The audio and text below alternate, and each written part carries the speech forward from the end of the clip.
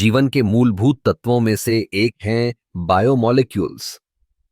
ये वो अणु हैं जो जीवों के लिए आवश्यक होते हैं और इनके बिना जीवन की कल्पना भी नहीं की जा सकती।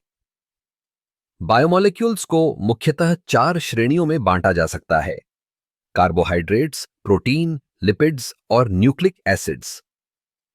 कार्बोहाइड्रेट्स जैसे कि ग्लूकोज और स्टार्च ऊर्जा का प्रमुख स्रोत हैं। जब हम खाना खाते हैं तो हमारे शरीर में ये कार्बोहाइड्रेट्स टूटकर ऊर्जा में परिवर्तित होते हैं।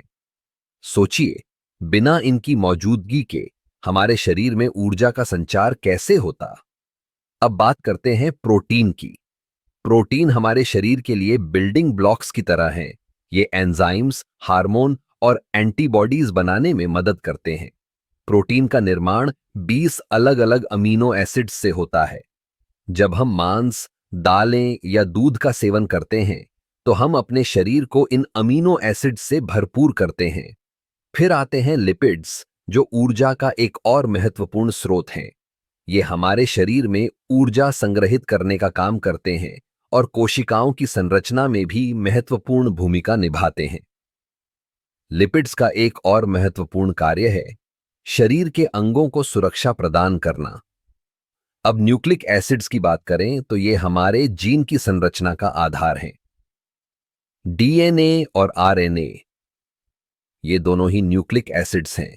डीएनए हमारे आनुवंशिक गुणों को संचित करता है, जबकि आरएनए प्रोटीन के निर्माण में मदद करता है।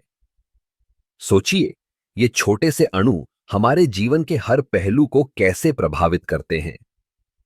बायोमोलिक्यूल्स की यह अद्भुत दुनिया न केवल विज्ञान के लिए महत्वपूर्ण है, बल्कि यह हमारे दैनिक जीवन में भी गहराई से जुड़ी हुई है।